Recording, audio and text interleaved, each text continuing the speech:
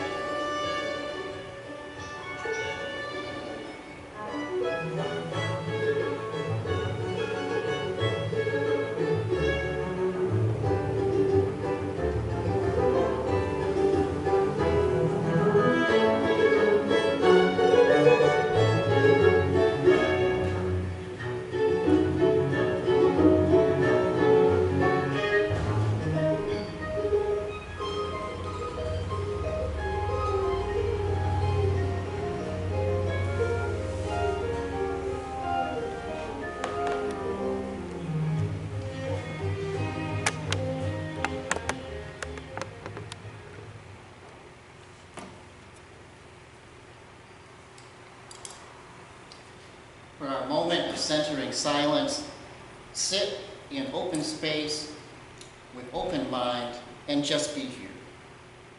Breath, mind, and body.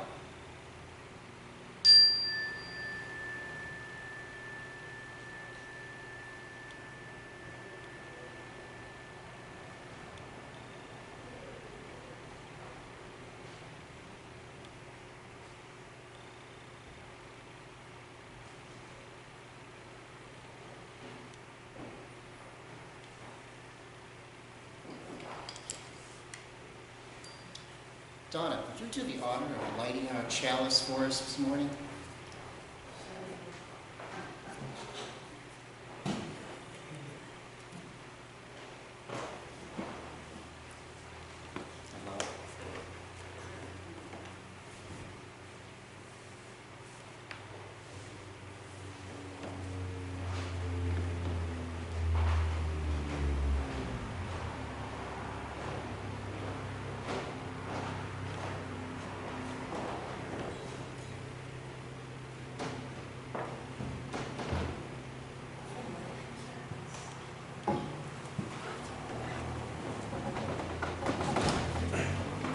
Today's service is a summer meditation on nature and our connection to nature. Today's readings will reflect that theme. First, we have a chalice lighting from Jacob Trapp, who was a Unitarian minister in the early 20th century who served churches in Salt Lake City, Denver, and Summit, New Jersey. Light of all lights, luminous beyond all ignorance, luminous beyond all suns and stars, by your light we see, beyond the seen to the unseen, beyond the transitory to the everlasting.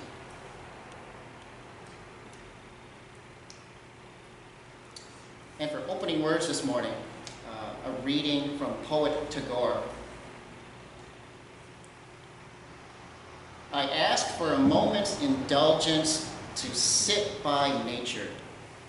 The works that I have in hand, I will finish afterwards. Away from the sight of nature, my heart knows no rest or respite, and my work becomes an endless toil in a shoreless sea of toil. Today, summer has come at my window with its sighs and murmurs, and the bees are playing their minstrelsy at the court of the flowery grove. Now is the time to sit quiet, face to face with the natural world, and to sing dedication of life in this silent and overflowing leisure.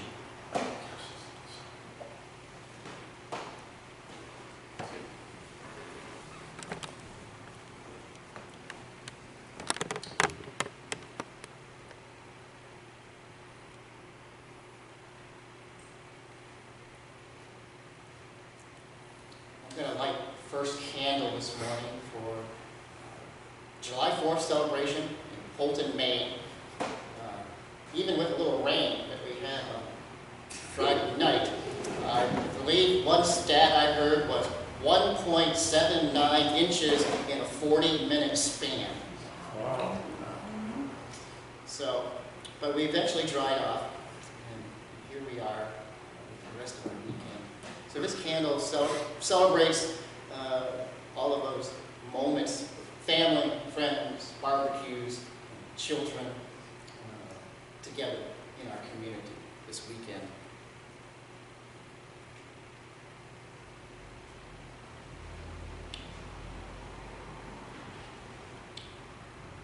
The Ukraine war is now entering its 5th month in Europe. So this is a candle of concern for those affected by the violence and warfare. There was a residential tower hit yesterday in Odessa, which is a seaport on the Black Sea. There's at least 21 died in that attack. So we remember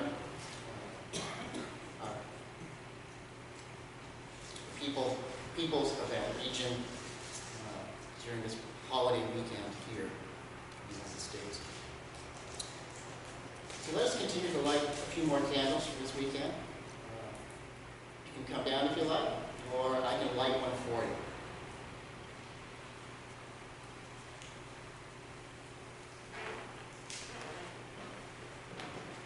I'll ask you to light just the joy of connecting with family that you haven't seen for a long time, even though it was just for a short time.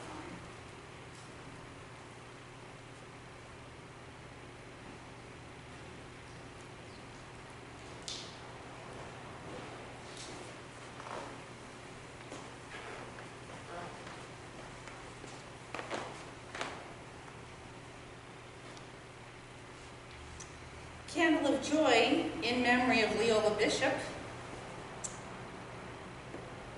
and also Lois Morin, who were Red Hat ladies in this church. We were blessed to celebrate them yesterday, and we continue this in their memory.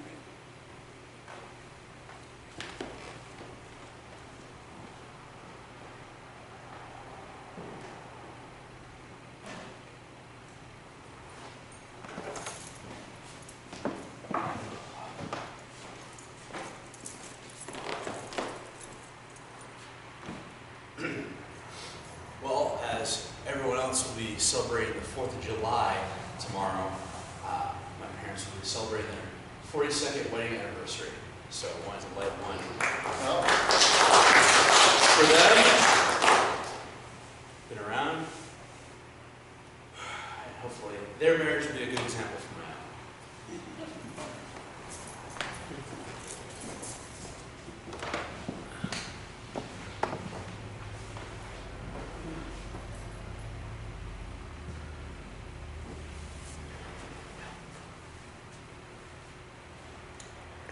and I light this silent candle for any unspoken prayers today, concerns that you may carry with you. And let's just take a few moments of silence to reflect on that today, generate some group energy, and to direct it towards these candles, these prayers, concerns for our country, the world, and our families.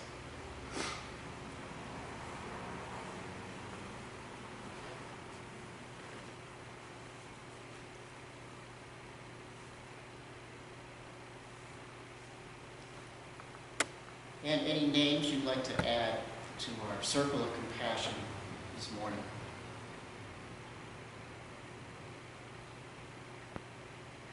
Cricket Court. Ron DeSantis. Claudia. Steve.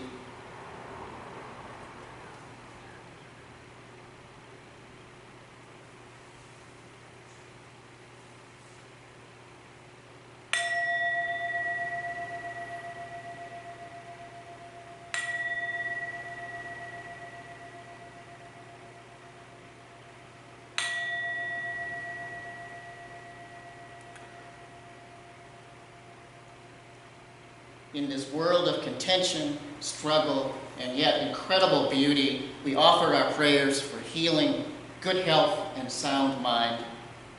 May all find their basic needs supplied for food, shelter, safety, and basic dignity. May each of us be mindful not only of our own needs, but the needs of others as well. This is our heartfelt prayer on this day. May it be so. Amen and blessed.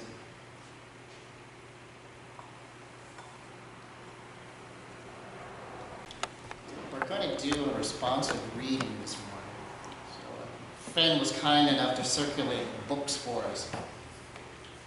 So this is a July 4th reading, The Idea of Democracy, which comes from a speech by Abraham Lincoln. So this is number 586 in the back of the book. 586, and we're going to read this. I'll do the bold if you do the italics. As labor is the common burden of our race, so the effort of some to shift their share of a burden onto the shoulders of others is the great, durable curse of a race. I would not be a slave, so I would not be a master. This expresses my idea of democracy. Whatever differs from this, to the extent of a difference, is no democracy. Our reliance is in our love for liberty. Our defense is in the spirit which prizes liberty, as the heritage of all people in all lands everywhere. Destroy the spirit, and we have planted the seeds of despotism at our own doors. Those who deny freedom to others deserve it not for themselves, and cannot long retain it. Why should there not be a patient confidence in the ultimate justice of the people? Is there any better or equal hope in the world? Let us have faith that right makes right, and in that faith, let us, to the end, dare to do our duty as we understand it.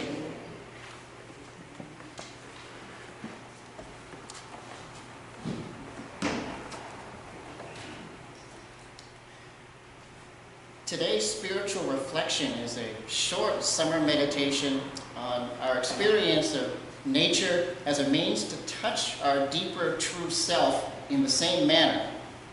a way to experience, dare I say, the divine and our connection to something larger than our small self, a way to experience something transcendental. Today's meditation is based on a Walt Whitman poem from his lifelong collection, The Leaves of Grass. This is titled, A Song of Joys. Oh, to realize space, the plenteousness of all, that there are no bounds. To emerge and be of the sky, or the sun and moon, and flying clouds, to be as one with them. Oh, to have life henceforth a poem of new joys, a poem that flies like the clouds and never ends.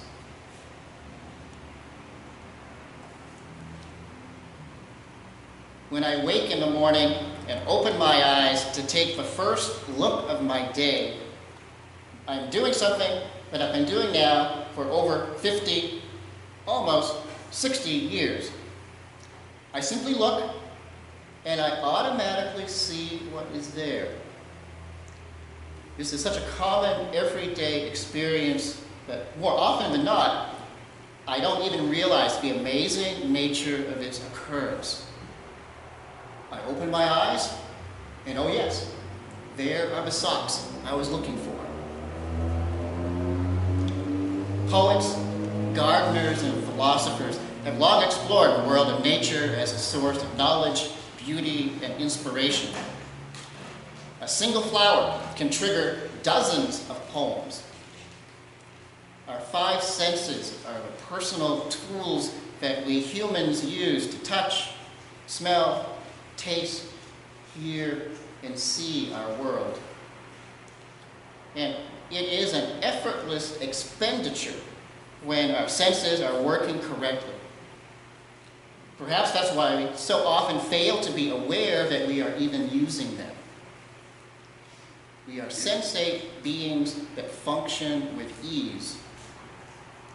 To make a point of being aware of our senses is a life-expanding experience. Instead of coasting along in our life on automatic pilot, we begin to notice the small and everyday wonders that are inundating our experience.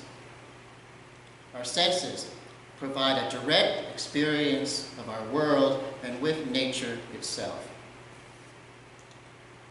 Whitman says that we are as one with the world and nature.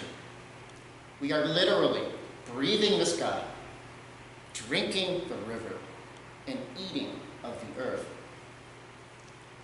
This essentially closes the gap between us and nature.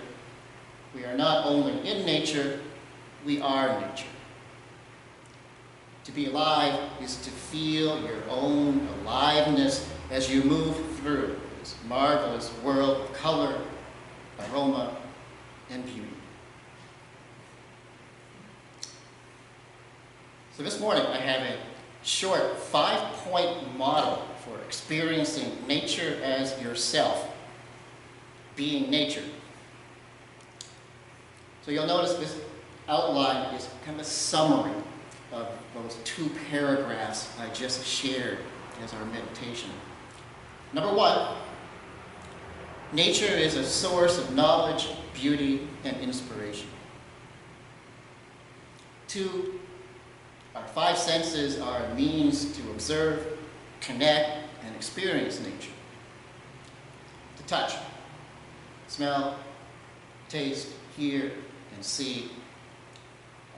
And oftentimes we add the 6th sense, which is the mind process, or consciousness, or our thinking stream, what the other 5 senses are taking in. Third, this is an effortless process when our senses are working correctly. So often we take for granted, these senses when they're working. We notice it when we have problems or limitations or gradual loss of these senses. So this 5-point model points out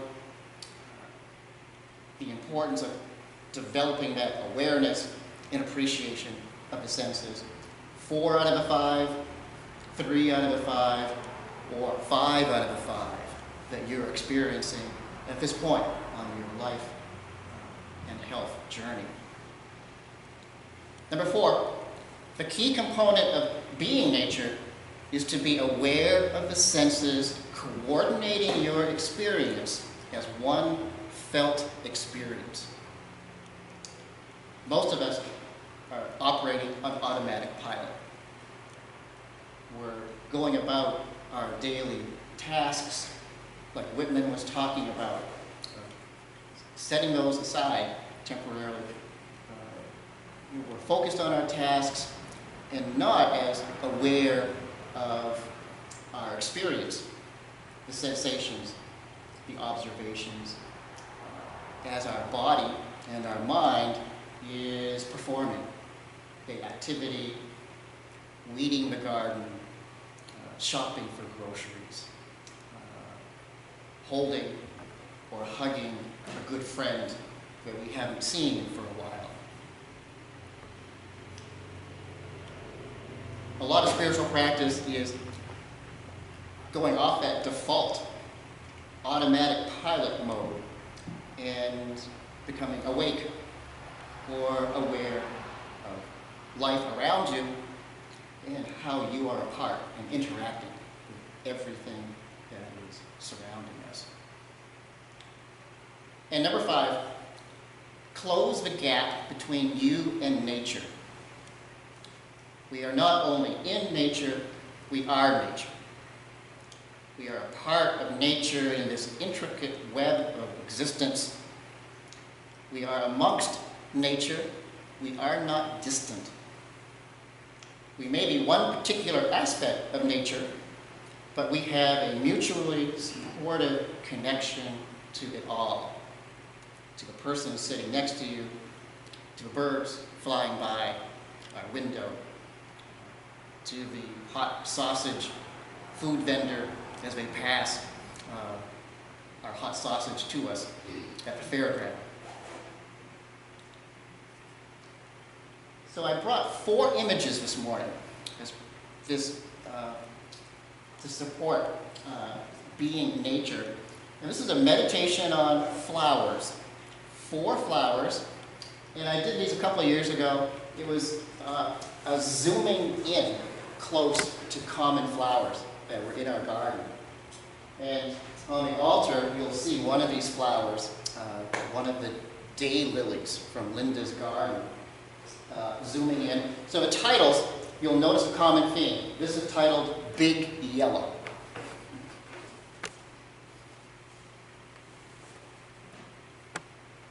And then we move on to Big Red, a large hibiscus plant that we have in our... Actually, my mother had it, and we adopted it from her, and we're babying this beautiful bush along.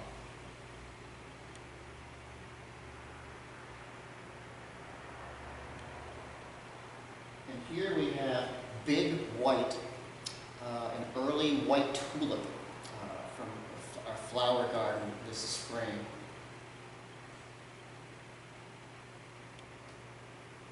And this is Big Pink. And you'll see a few of the peonies on, again, the altar rail this morning.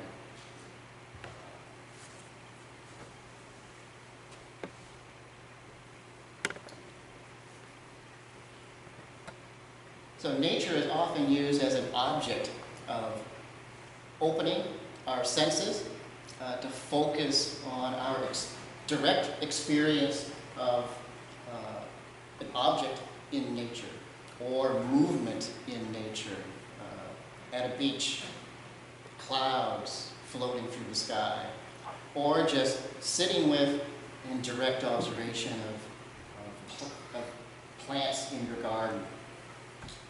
So part of this practice is to use as many of the 5 senses or 6 senses that are applicable to the object of meditation.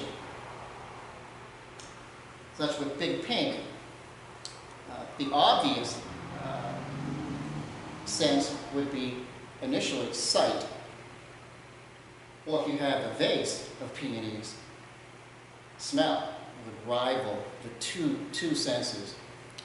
But in this meditation, you actually try to experience or look for and touch all 6 senses in each object that you are observing, which at first may appear a little counterintuitive. There's going to be some aspects of that experience missing. But that's the challenge to explore. All 6 senses are active as you breathe, as you're walking, as you're contemplating or sitting.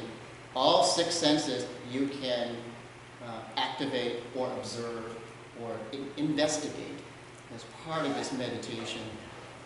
Sometimes it's called qualia meditation, of using 5 qualitative senses, or 6, using the mind as well as you observe. So that is your meditation assignment for this week. During the course between now and next Sunday, set aside some time, go for a walk, go downtown to the park, sit on one of the benches by the footbridge, do meditation on eating, whatever your barbecue or might be at the party. Anything in nature can be used as practice of observation, direct experience, coming alive to the moment itself and every part of nature. Any object you look at from this building that we're in, it's wood, stone, plaster, air, light fixtures, all the elements of our planet and Earth, and we are one of those parts of it that is sentient, aware. We have an opinion. We also have an experience, always. It may be an experience that we're kind of coasting through, or we may be resisting it, or we may not be happy with it. But all of these interactions in our world, our life, is part of this being nature and being this oneness that the Transcendentalists speak about. It's heartfelt. The emotions come alive. Just an image can awaken thoughts, associations, memories come back to us in this moment. So, in closing, I have a few words from a naturalist, John Muir, who was a conservationist on the West Coast, friend of Emerson, and founder of the Sierra Club. This comes from his journal. The sun shines not on us, but in us. Rivers flow not past, but through us. Thrilling, tingling, vibrating every fiber and cell of the substance of our bodies, making them glide and sing. The trees wave and the flowers bloom in our bodies as well as our souls, and every bird song, wind song, and tremendous storm song of the rocks in the heart of the mountains is our song, our very own, and it sings our love.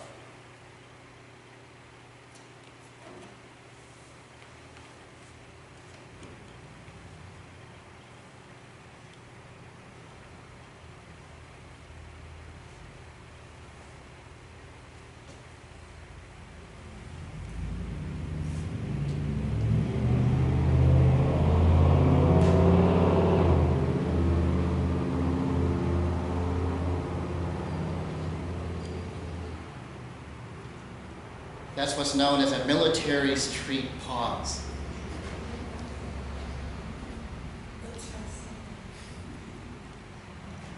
And now, as we extinguish the chalice, may our lives be reflections of the beauty and peace and joy that is possible in this world. And may the love we find in this place sustain us as we go our separate ways on this holiday weekend. Sustain us until we meet again.